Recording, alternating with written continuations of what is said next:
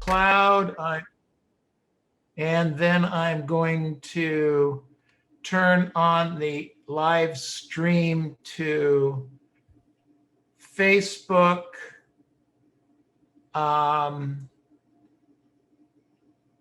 Okay, I think we're there. All right. Okay, welcome Ann Daly to Mastermind with Neil Schwartz. We really appreciate you being here. It was great seeing you last week, Ann, at the Superstar Retreat. So good thing in person, right? Absolutely. I think I was right in back of Yvonne too. Yeah, exactly.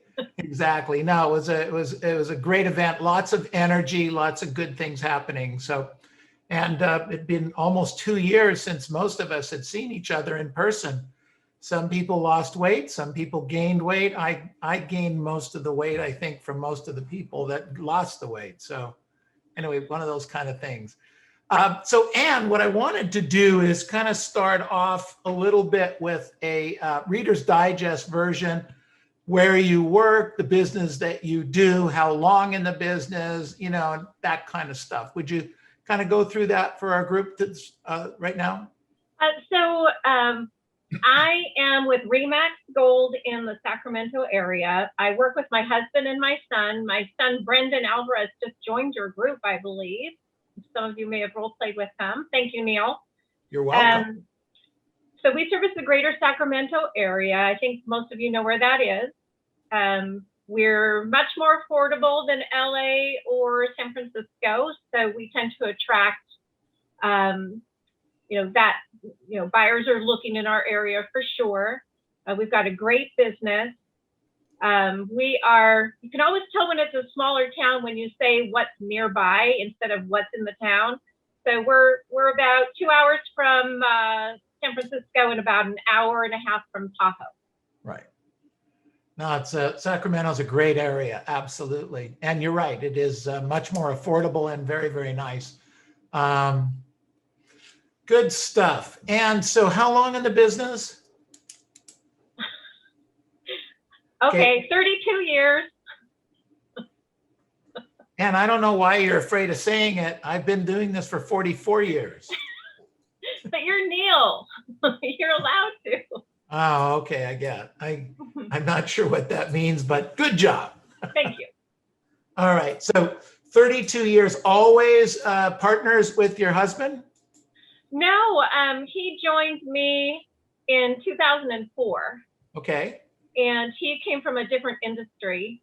And I started without Mike Ferry back in, late 80s. And I didn't know Mike for 8 years. And guess what? I hadn't listed a single property until I met Mike. So I spent 8 years as a buyer's agent. You spent 8 years as a buyer's agent. You came into the business cold, I guess, at that time. What did you do before real estate, Ann? Mom, anything that I could do to be home with my 5 kids and try and make ends meet. Lots of different things. And way back in college, I was a waitress. Got it. Okay, good. Well, look, mom is a phenomenal career. And 5 children is, I don't know how you do it. I don't remember, so don't ask me. It's good stuff. All right. So 8 years as a buyer's agent. So you were picking up leads that was given to you by other agents, or how did that work? Great question. It was a mixture. I was just flailing around. It wasn't that I was a buyer's agent. It's that I didn't have any sellers. Got it. So you were getting leads at open houses, and you were getting leads on floor time and that kind of stuff, right? Right. And then I did, towards the end of that, I did work on someone's team, and I did get some, well, put it this way. At that time, I was averaging $1,200 per commission, which was okay, really hard. So how many transactions a year as a buyer's agent, more or less? I was your typical 4, 5, 6 transactions a year. Okay. All right. And then 8 years later, you found listings. Well, so I actually ended up going to see Mike for the first time. I'd never even heard of him. But my girlfriends, I was a Coldwell banker at the time, and my girlfriend said, "Hey, do you want to go out of town to Palm Desert? Check out this guy. We'll have some fun." And I said, yes. And they spent most of the time at the pool. And I sat there shocked. I was in the back and I'm like, this is the first time I've ever heard a real estate trainer tell me the truth. Wow. So Interesting. that was it. It was a complete epiphany. It doesn't mean I knew how to do anything. It just knew I finally figured out I was doing it wrong. I see. Got it. So that was what year, more or less? 97. Okay. Yeah. So 97, 98, did you turn around and do a bunch of deals, or was it a kind of a growth pattern? What happened from there?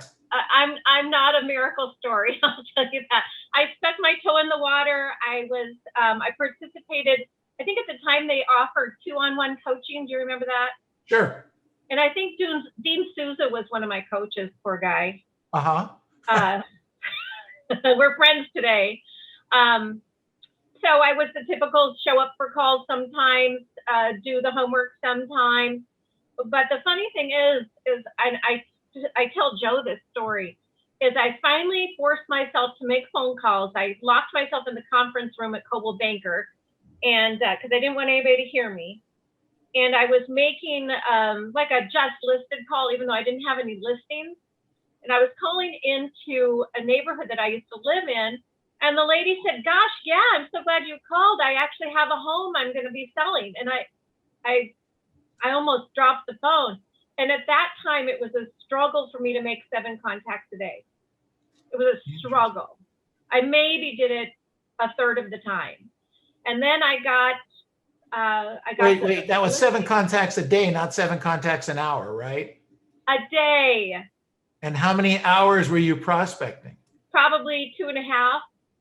Interesting. Okay. But that's not prospecting. You know that, right? That's going over the phone, getting up, getting some coffee, talking to friends. No, I get it. I get it. Exactly. All right. So that was a fabulous thing that happened. And then she had another house to sell. And then I finally had a listing I could, actually sell. And that, I think I, at that point, started getting up to, 10, 12, 15 a year, that kind of. So that was 97, 98, 99, that kind of stuff? Yeah, and then I quit coaching. Then you quit coaching. Okay. Yeah, I don't know, I was crazy. So I was without coaching from like 2001 to 2004. Okay, got it. That's because you knew everything. I think that what little success I had was so overwhelming. Plus I had gone through a divorce and, all those crazy things that happen in life. And I don't know. I can't tell you. It was a terrible decision, but that's what happened. Got it. So 2004, 2005 was kind of rocking and rolling. Was it doing the same in Sacramento? Yes, I'd gotten away from real estate for a while, and I had met Joe, and we were dating, and I'm like, I'm going to make sure that when I go back into my career, I have support. So I forced Joe to go to I think it was a productivity school or action workshop or something in San Jose. And I wasn't going with the intention to join coaching again. I was just going with, hey, maybe I need to really concentrate and get back into real estate better. And Joe was from a different industry. We sat in the front row. Joe was wearing jeans, had a beard, a work shirt on, and out walks Mike Ferry. And I just wanted to die because I didn't want him to see me in the front row. I was expecting, one of the boys or something. And Mike starts talking. Ali was there, Ali. And he asked him how much he made. Dominic Nicoli was there. How much did you make? That whole routine. Yeah. He said predictable, duplicatable. Joe leans over. He says, "Is this guy telling the truth?" And I realized that he, all this hype and the clapping, it was like kind of overwhelming for him. And I said, Mike's never lied to me.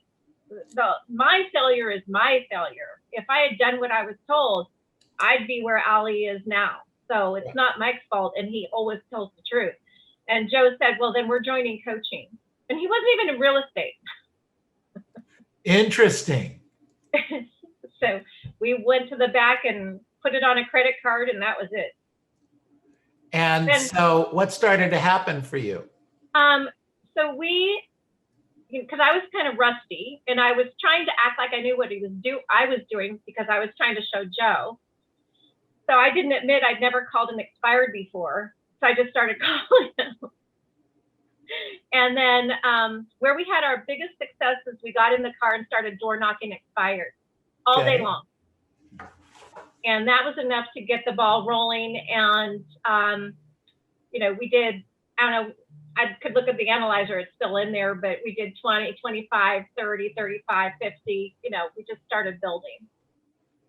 So over the next 3 to 5 years, you were working expireds? Yeah, more than anything else, expired. And then we got into short sales at the height of that. So what was your peak year, Ann? Peak year. This year, it depends how you measure it. Number of transactions,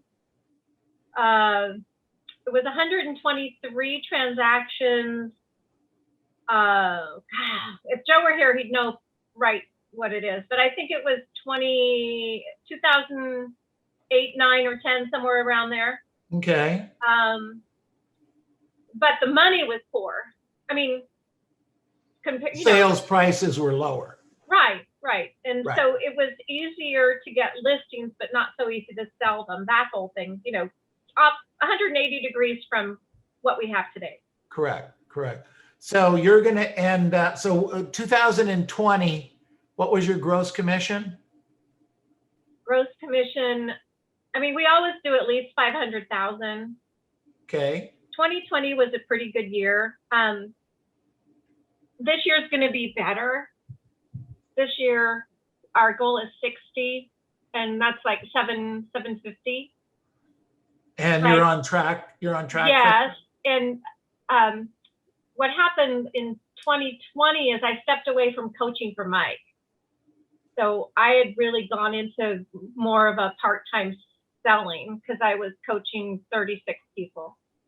So when did you start coaching for Mike? 2014. So you were coaching for Mike 2014 through 2020? Yeah. Got it. And when did you step back?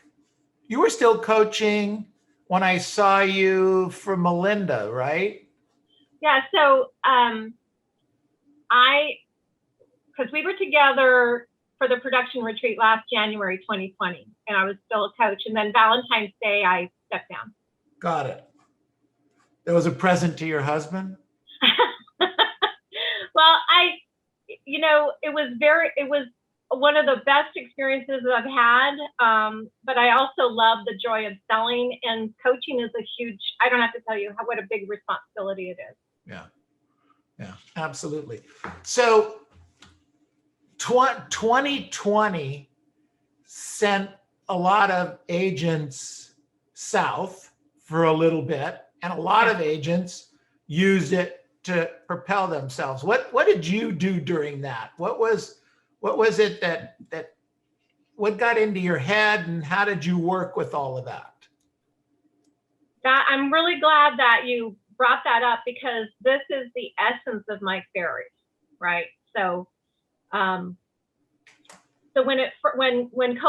we first realized, wait, guess what? Real estate agents are not considered. What do they call it? What's the word? Essential. So we were non-essentials for 10 days, and there were rumors flying. What's going to happen? Well, we sat down. Joe and I had a business meeting, And we said, this is, we've been through tough times before. We've gotten through them. We have to put our heads together and figure this out. And so with our coach also, we decided that, we looked at all our sources of money. And of course, I'm no longer a coach, right? No longer coaching. So what can we do? Where can we get money now? How much do we have to get us through? If we can't sell anything else, what do we have? So that was the reality check, looking in the mirror that Mike says. So we did that, and we figured out, hey, we've got X right now, and we've got Y and Z if there's an emergency. Not that we want to, but we have that. We know. We might have to sell something or whatever. And then we decided what we're going to do is we're going to sell everything to everybody. No more, oh, I'm not going to take that listing. It's too far. I'm not going to take that listing. It's too cheap. I'm not going to take, as long as we have cooperative, motivated sellers and buyers, we're going to work with all of them. And we did. I mean, I sold a lot for $69,000. It was all hands on deck, and we just worked. And luckily that built our momentum. And that's probably what's happened to a lot of people that excelled last year is it's not like I didn't know how to work, but there's nothing like a fire under you where you have to work or you're going to have some pain. So no, that's a great point. And you put that work ethic into action at that time. Yes. And I mean, I'd gotten really used to having weekends off, not answering the phone after 4 p.m. or whatever, you kind of, if you don't need to, why would you do that? Sure. Well, we started working hard, and we have our own office, our own location. We own the building, and the only people that work for us are family, with one exception. And we talked to staff. How do you feel? Do you feel like you can still come in, or do you feel safe? Because we're still coming into work, and you guys are welcome to as well, or you can work from home. Right. So how big a team do you work with? You said it was you and Joe and Brendan. Right. So Brendan's in sales, and then we have the office manager / coordinator, and then we have the data entry, answer the phone, coordinate everything, all the computer stuff. So we have two assistants, and then we did have a runner, but she's on maternity leave. So, okay, good. Where's the business coming from now, Ann? I am, I can't say exclusively, but Sphere, past clients. And I had a win from today. You were asking wins. In the last hour, before I got on the phone, I received 2 Mike Ferry incoming referrals. Wow, that's great. So let's talk about that for just a second. I mean, how much time a week, a month, a year do you spend marketing to that? What do you mean by marketing? Do you make phone calls to them? Do you send emails? Do you remind people? Or is it just because you met them at the retreat, or maybe that you were a coach that they remember you? I'm so very fortunate to have such a so many long-term relationships with Mike Ferry people.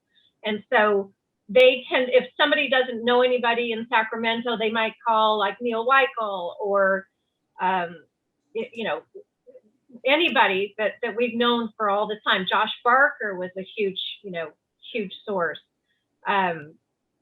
So what you're saying is they don't necessarily know you, but they know another name, and that name knows you. That's a lot of it. Interesting. It's really important for us to show up at retreats, to do the MMFI thing when we meet our fellow agents, Make them feel important. Right.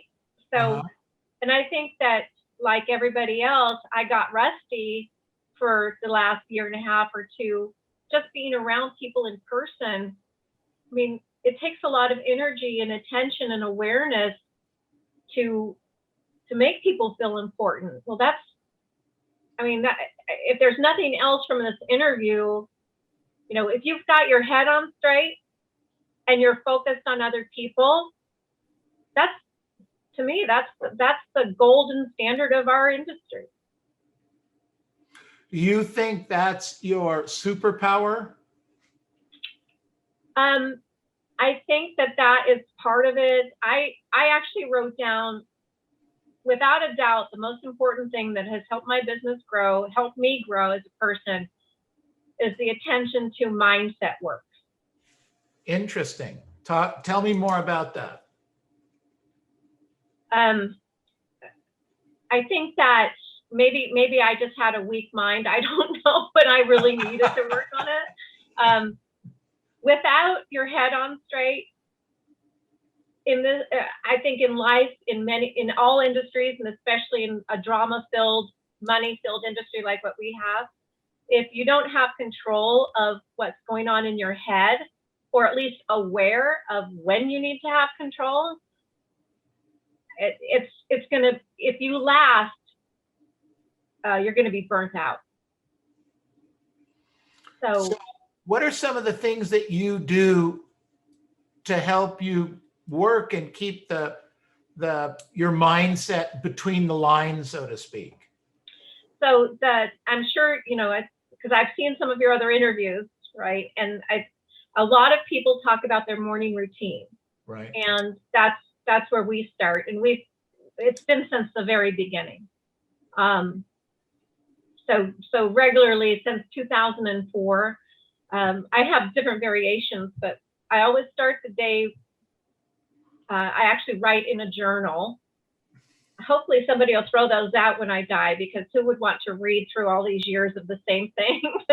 I'm grateful. Every day I write down a big paragraph of what I'm grateful for. That's how I start the day, with my cup of coffee. Wow. Interesting. Okay. To me, that's the fuel in the tank. If you can't be grateful for something, what are you doing? Go back to bed. And do you mind sharing a couple things that you're grateful for right now? Joe, my kids, my grandkids, my home, these referrals, the business we have, our beautiful area, our country, our neighborhood, all the things we've done to our house. Even this year, we've remodeled our kitchen and bathroom. I have two fabulous German Shepherds I adore. You know, we're healthy. We're, you know, my dad's still alive. He's 91 years old. Wow. You know, my kids are all good. They're all independent. They support themselves. That's a big Yahoo. That's a very big Yahoo. I could go on. Huge. Well, that's great. And those are, as you rattle them off, those are things that some of us, including myself, take for granted, you know, that I wake up in the morning and I expect to have a beautiful day. I live in Southern California, and, you know, we're going to have a beautiful day. It's an expectation. But I think what you're talking about is great. Good job. So that's how I start. And then the next paragraph is my intentions for today. So that centers me around not just my to-do list, but what is it that I'm really wanting to intend for the day? And guess what? This interview was on there. Thank you. So I intend for this interview to be very helpful to whoever wants to participate. You know, I'm not here, you know, I was kind of surprised that you even called me to have this interview. And I'm like, well, I hope that I have something of value that helps people the same way that I've been helped by you and Mike and the system. Well, you have been very helpful this morning with the gratitude part and the mindset part. That's for sure. Absolutely. So I wanted to ask you, you know, you've been doing this with Mike Ferry. You've been a coach. You've been you've been a new agent, you've been, doing 100 deals, you're now doing less deals, but making more money More per money. transaction. That's a good idea too. Very good.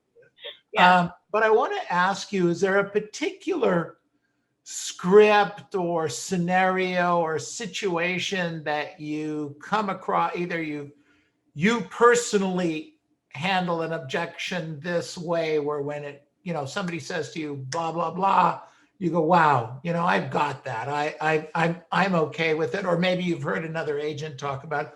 Is there anything that you can think of that could help us today that might be fun? So the thing that Mike has really pounded us on in the last few years is this idea of asking questions, right? So that's my goal, is to be more of an asker of questions and then listen intently. So yesterday I was meeting with a gal who she's got a probate coming up, and she's also going to be using a fiduciary. And I thought, well, that's interesting. That happens sometimes, especially when the parties don't agree. So I'm standing in the living room, and it was kind of a typical needs help house, but not terrible, beautiful, floor plan. And she says, the fiduciary warned me to make sure that whoever is hired is a discount agent, because you said that, you do not need to be spending that kind of money on a real estate agent. And we already had rapport. I mean, we were talking, and I said, so instead of just answering that, how we've all been taught, or some form, I looked at her and I said, why do you think the fiduciary would have an issue with commission? She thought about it and she goes, well, I think he's worried that an agent wouldn't know what they're doing, but you obviously do know what you're doing, and you've been doing this a long time. So I don't have any issue with that or the commission. Wow. So she answered her own objection. Right. Just with a question. So very cool. I thought that was great. So we don't, we are seeing more commission objections right now because people are under the impression that the house is going to sell itself. Right. So, I think we just have to dig down and understand where they're coming from and what their viewpoint is of us. Do they recognize our value? And that's one of the things in my intentions every day, is I'm looking for good, kind, cooperative people that recognize my value and want to pay me full commission. Great. I don't need to work with anybody else. It's a great attitude. And you make a very nice living doing it, and you go out and do it every day to the best of your ability. That's right. Absolutely. Good stuff. All right. So let's open this up to a little bit of questions for a couple of minutes and see what what our agents are interested in hearing about. So questions for Ann Daly. Ann Daly, the coach, Ann Daly, the real estate agent, Ann Daly, who spent 8 years as a selling buyers before she took her first listing. That Ann Daly. Yes. Questions for Ann, please. Raise your hand or just speak out. Abigail, go ahead. How do you keep yourself from not being distracted? Because I'm assuming that you, of course, when you have other transactions and you probably have family members who are working, with you, how do you keep yourself from being distracted? I look at boxing it up. So I'm trying to think of the name. The Essence of Success. Who wrote that, Neil? It was Jim Rohn. Jim Rohn, his book, The Essence, I think it was The Essence of Success. He was talking about daylight compartments. So in the old days, trains had this blackout where you would sleep in your train car, but you'd have to, black out everything so you could actually sleep. And he said that the mind is like that. We have to just focus on that one thing, stay tight compartment. So when I have a transaction or a listing, I just hand it off to the assistant. Now they're going to keep me posted, but it's not my job to keep focused on that. That's their job. They do it much better than I do. But I have to say that when I was a Mike Ferry coach, that really boosted that, because when you're on the phone coaching somebody, either Zoom or on the phone, that person is the only person you should be thinking about. Their business, what you can do to improve their business. And I literally had alarms on my phone for each coaching call that, you can't be more than 2 minutes late.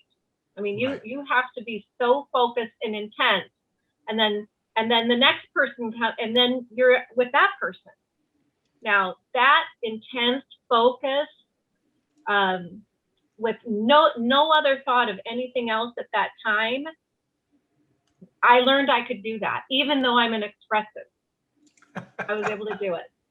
So Ann, so what I think I'm hearing you say is that whether it's a coaching client, which is where you learn this activity, or a client that you're selling a house, you're focused on that person in that moment. Yes. And that's what gives you the power to do the things that you need to do when you need to do them. Absolutely. So, if you're tired or stressed or you have issues or whatever, and it bleeds in, you better be aware that, hey, you need to back off and take care of it.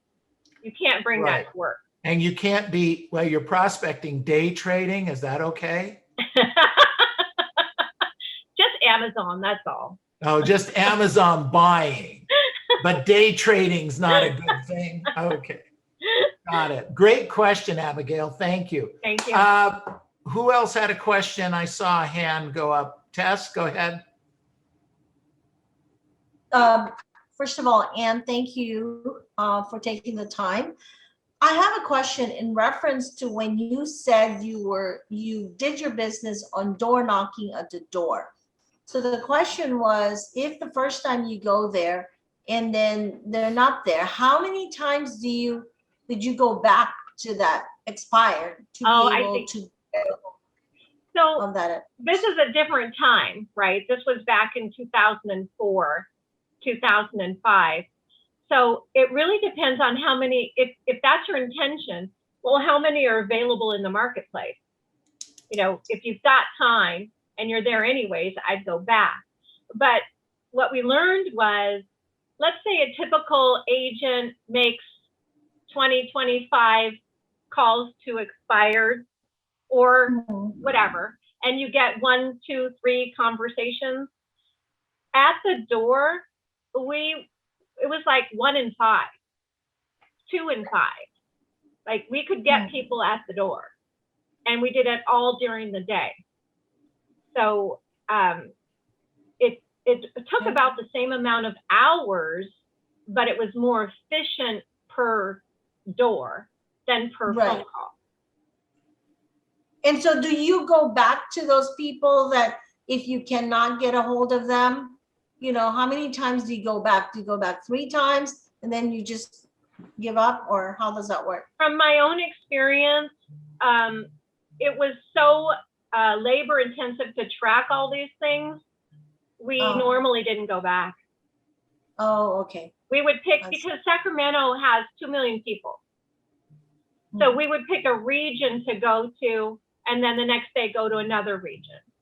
But that was in 2004 when there were a couple hundred a day.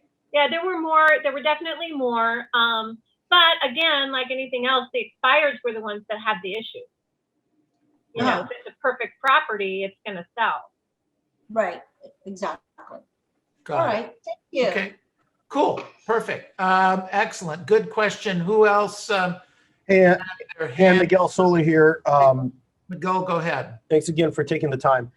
So when you coached and What was the main core business that your coaching students would generate business from? And what's your main core business that you're pulling your business from? What did you see over the years? Everybody's different. I mean, some people were into probate, some people were into spheres, some people were into just listed. So, you know, everybody has their own, you know, it's always nice to try and get you to branch out because then you have more chance, right? But Was there a common denominator in there? A common denominator? You mean of source? Yeah, like a common, yeah. No. Okay. No, just, well, the effective ones were the ones that Mike talks about. The ineffective ones were, you know. Would you say, Anne? Sorry, excuse me. Anne, would you say that past client and sphere would be something common? It would be, but half of our clients don't do it. Good point. I mean, that's just the truth. Good point. I mean, we resisted that for a while. I mean, I can understand that, you know, especially having gone through a divorce at that time, I didn't want to talk to people I knew. I was embarrassed. But, oh, interesting. Interesting. Well, that's, you know, I didn't have that mindset that, guess what? People don't really care about me. That's such a great moment when you realize, you know what? People don't really care about you. You're free. You don't have to worry about it. It is interesting, isn't it? Miguel, does that answer the question? Yeah, I think so. I think, you know, I don't know that there's a big magic pill in this business. It's just a small little consistencies on a daily basis that, you know, whether it's just sold. I mean, I do a lot of sphere of influence past clients, but I know that I could add more just sold, and they've brought me a lot of successes here. Do a little bit more expired. So it's just a matter of what you're going to commit to. Yeah. And being to your commitment versus somebody else's commitment. So it was a good answer. Thank you. That's 100%.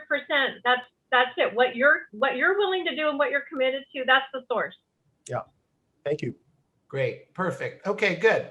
Other questions for Anne? Anyone else raise their hand or jump on it? Go ahead, Yvonne. Hi, Anne. Hi, Yvonne. Thank you. It was so nice seeing you again. Yeah. I want to ask you, you have been in the business for so many years, and you have coached so many people in the past few years. And my question to you is, do you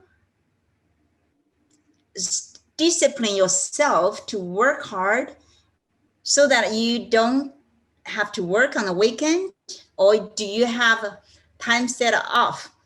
Every day after a certain time, you don't answer the phone anymore. Yourself and other people you coach, do they all have a very disciplined schedule about their own time, or they just work as long as it needs to? I think that the great Valerie Caro said it the best, is the more disciplined you are, the more freedom you have. So if you let people, if you answer your phone at 8:30 at night, that's on you, right? Now, some people, you know, there's people I've coached in the past where, you know, their day started at noon and went until, you know, 11 o'clock at night, and that's who they attracted as clients. That's fine. I'm not saying any one particular schedule is the best, but whatever schedule it is, you're going to have success when you stick to it, and you know, don't, with very small exceptions, right? Because we're all human. Stick to your schedule, and you'll attract people that fit into your schedule. Does that make sense? Point. Yeah. Yeah. Thank Great you, point. Anne.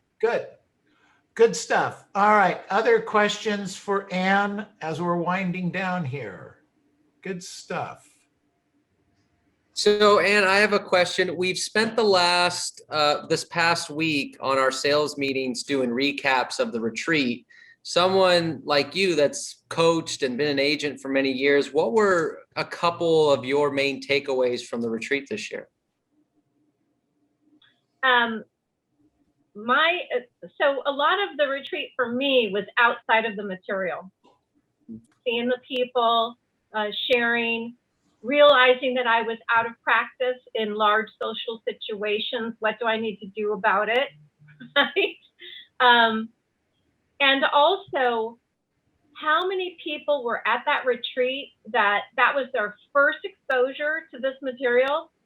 They've never been in coaching, and they're there for a reason because they want to improve. And what was it? Was it 2/3 of the room, Neil, that weren't in coaching? Yeah, something like that. Of any kind. I mean, Yeah. And some, younger people. I mean, I was thinking, you know what? Here comes the next wave. These people, they recognize the value of being there, and they kept showing up day after day. Did you notice that too? Yeah, Like, no, the room was full except for really that last segment on Session, yeah. Friday. Yeah. Yeah, the room, most of the seats were full on all the levels, which is unique. So people were there to learn. People were there. We say this all the time. The pie is getting smaller. The number of transactions is shrinking overall. Mike had shared there was 300,000 more real estate agents in this year nationally than there were 3 years ago. And great agents like yourself, Ann, and agents we have in our company and some on the screen here are doing a little bit more business. So if you're not taking advantage of all the tools that are out there for you, you're behind the 8 ball before you even get started anymore. Right. Yeah. Right. Absolutely. Very powerful stuff. So what else do we have for Ann here? Last question. Well, I'll ask her. So newer agent that wants to, maybe they've been 8 years, selling houses, right? I hope not. I hope not. Yeah. What advice would you give them? What's the 2 or 3 things that they need to be working on right now with focus? Because they don't have a lot of money.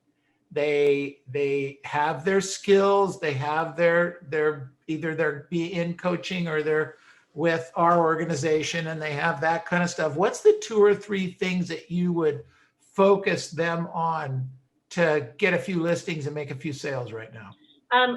For me, it would, find the right mentor, obviously, whether that's, formal or what, the right mentor.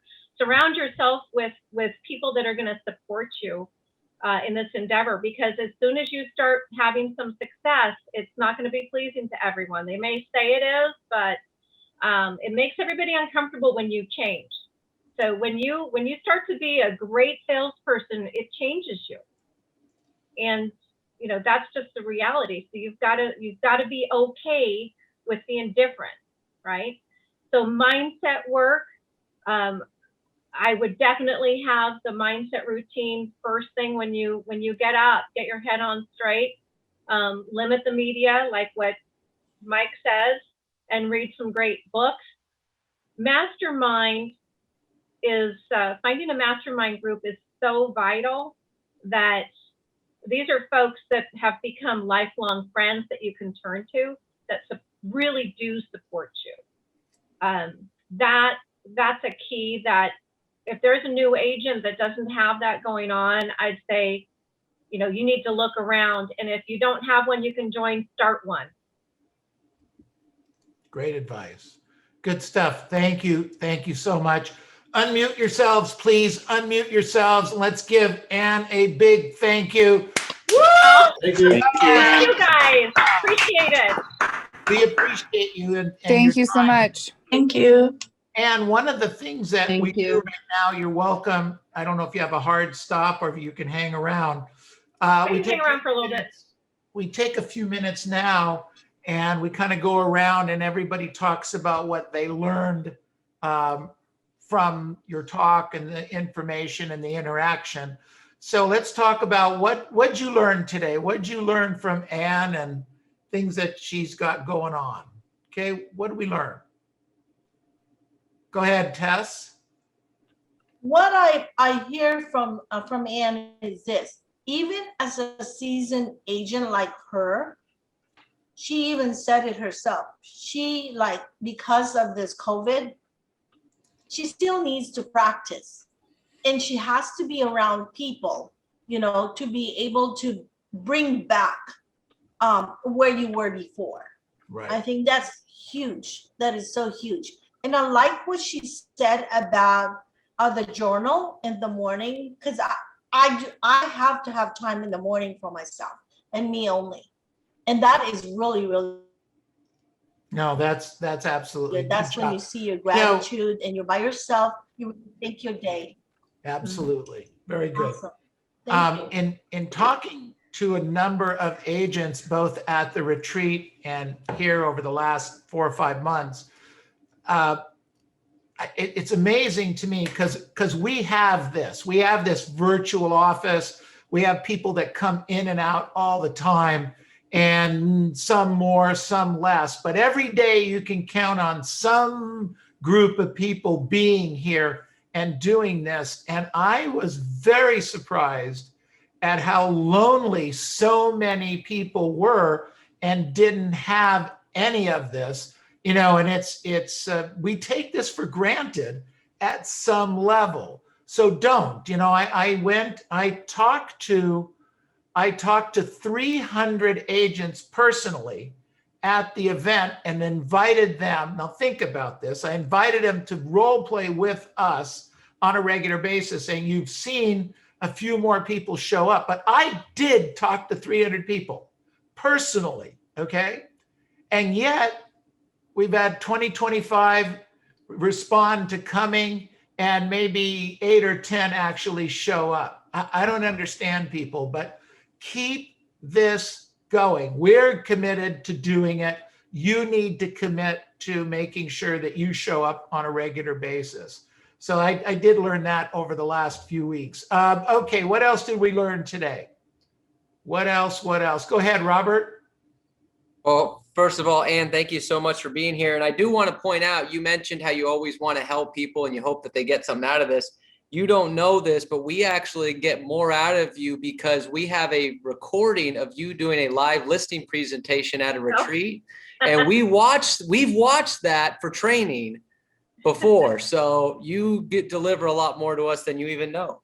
Thank you. But, the main thing I got out of this is it takes time to be a superstar. There is no overnight success. And I think we forget that sometimes, because when you go to like a retreat and every year you hear Karen Bernardi doing another couple million and Neil Weichel and all these people. And I've made this comment before, we just assume that Neil Weichel just mails out listing contracts to his farm and people just sign it and send it back. Like, we just assume that's the way it's always been, but that's not the case. And Anna told us, no listings for the first 8 years. And then it was like 4 to 6 transactions. And then even after she got with Mike, she was struggling to make 7 contacts a day. It takes time. There just is no magic pill, but if you do the work and you commit, it'll pay off. And she's a prime example of that. And that's how everyone is. A very refreshing to just reminder, it takes time. Yeah. That's great, Robert. Thank you. Perfect. Okay, go ahead, Tim. Yeah, thank you. Thank you, Ann, for your time. Couple of things about the importance of taking our time in the morning and journaling and writing things down, and our expectations of the day. How you said that you come in with your expectations. I think that is such an important thing for us to come in with keep our heads, focused on what we need to do and keep remembering what we need to do. So I really do appreciate that. and also what you said about how we start to change as business people, as salespeople, and how some people aren't going to come along with us. I think that was a really important statement. So thank you. Okay, good. Thanks, Tim. Thanks for sharing. Okay, what else do we learn? Miguel, go ahead. Yeah. So, wow, this point, and you said a couple things that triggered some thinking here. Neil, you wrapped it up with one of your last comments. And the truth is this, like, and I also got a lot of out of the retreat stuff. It felt kind of weird. I felt like it was after the retreat that I got more of my, or maybe help me connect the pieces in there. And the truth is, you're right. You know, I think we all need to live in community. And a lot of times we try to do this by ourselves, or what was that saying that we heard at the retreat before? Don't go in your mind by yourself. It's a scary place to be, right? Very scary. Yeah, very scary. And so the reality is, you know, when we're around people, we're around Niels, we're around friends, we're around whoever, that, you know, surround yourself by the right people, because we need to live life through community. And so that was really huge. But then your early morning intentions, I wrote down the word brain dump. And then it triggered this other thought about my mindset. And I've come into my business working to survive. And I make great money, but I have this mindset as like every day I'm just working to survive rather than Thrive. I'm thriving already. I'm doing well. Let's have fun with it. Let's be around people, you know. So it just kind of I appreciate this last hour, because those three thoughts are really changing the way I'm thinking. So Miguel, I have a question for you. Fire away. So what's your new affirmation? Well, that's a great question. You know, I love people. I love my work. Let's have some fun today, you know, things like that, you know, versus, you know, where am I going to get my next deal? You know, where's that? Who do I need to call back? You know, let's have some fun, right? And throw in more fun into what I call work. Yeah. Instead of coming from lack, we come from abundance. Well, so that's the point, right? Is like I'm abundant. I'm having a great year, but I'm coming from this mindset of lack. It's Right. Something's not right there. Okay. All right, good. Work on that. Good stuff. What else do we have here? What else do we learn? Anyone else want to share? Can I give a bonus point? Yeah, you can give a bonus point. Well, have Patricia go first. Oh, it was just real quick. I just wanted to say I really liked your example of answering the objection or with a question about the fiduciary. That was so good to see that in practice, because I definitely want to get better at asking questions instead. That was a very good question. And it disarmed the whole situation. It went away. Didn't even become a problem. Yeah. I wonder why she did that. I wonder what's important. Wow. That's Exactly. a blinding flash of the obvious. Yeah. Good stuff. All right, what else do we learn here today? Somebody with an iPhone has their hand up. Wait, I want to hear the bonus point. Oh, okay. That's so Reva the, with the iPhone. the It's been a while. Hi. Thank you, No, Anne, wait, for Reva, sharing. 1 second. Anne, give us no the problem. bonus point. okay, real quick. So gratitude, intention, and the third is delegation. So delegation is not what you're thinking. It's not to your secretary or your admin. It's basically, what are some things that I don't have any power over that are in my head that I need to just spill out and ask for help, either from my higher power, my source, God, Jesus, whoever, right? It's like, so there's certain things in life that I have no power over. You have a sick child. You have, something major going on. Maybe there's something in a transaction. You've done everything you can and it's out of your hands. Just delegate that. Write it down and say, gosh, I really hope that gets taken care of. So it's out of your head, onto the paper, and you don't have to be stewing about it anymore. So don't take responsibility for the things we can't control. That'd be really tough trying to do, right? Okay. All right, go on. very good. Sorry, Reva, you had a question? Hi, yeah. It was more just that I really appreciate Anne sharing. You so much I could relate to. 5 kids, same.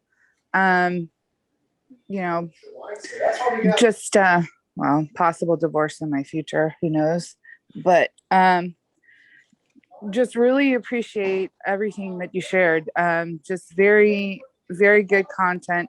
And I think mostly what I got from you, that's not a question, is just that you stuck with it and you just kept on growing and learning, and you sought out people who knew more and had more to give, and you absorbed it and then you gave it out.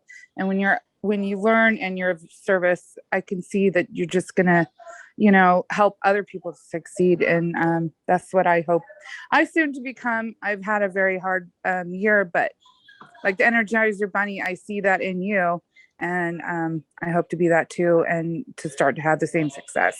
Anyways, I just appreciate you, Anne. Thank you. Well, thank you. And you are. And thank you, Neil, for inviting me to listen in today. You're welcome. You're welcome. Fantastic. All right. Anyone else have anything else they want to share that they learned today? I do. If I Go ahead, Eric. Well, it's kind of similar to what Tim was saying. She already mentioned about the morning routine, so I won't ask about that. But what Tim was saying about is something that Robert talks to us about, and Mike mentioned about upgrading, your life, your mindset, and how when you do that, you become better, and you have to be comfortable with being better, comfortable with doing better, and your life changing. Because like Tim said, everybody around you may not be that happy for you and may not want you to go where you're going. So that's huge. Well, that's the truth. Most people don't want to see you succeed. That is, you said something, and I remember this is something, people don't want to see you change and succeed. And I've lived a whole life with that, where most people really are not happy we're doing well. I'm telling you, I walk into that superstar retreat, I got 4 or 5 friends, and everybody else is hating on me. True story. True story. So just the way it is. And the more successful you get, they're just not happy campers. So anyway, unmute yourselves. Let's give this lady a big giant thank you. And Thank you, guys. Thank you. Woo! Thank you. we'll post in the chat box your email address and your text number, cell number, etc. Yeah. For any referrals that might be going to the Sacramento area. And Brendan, we love having you down here doing role play and stuff with us. So it's cool. So thanks for joining us. Okay. All right, good stuff. Robert. Thank you. Thank you.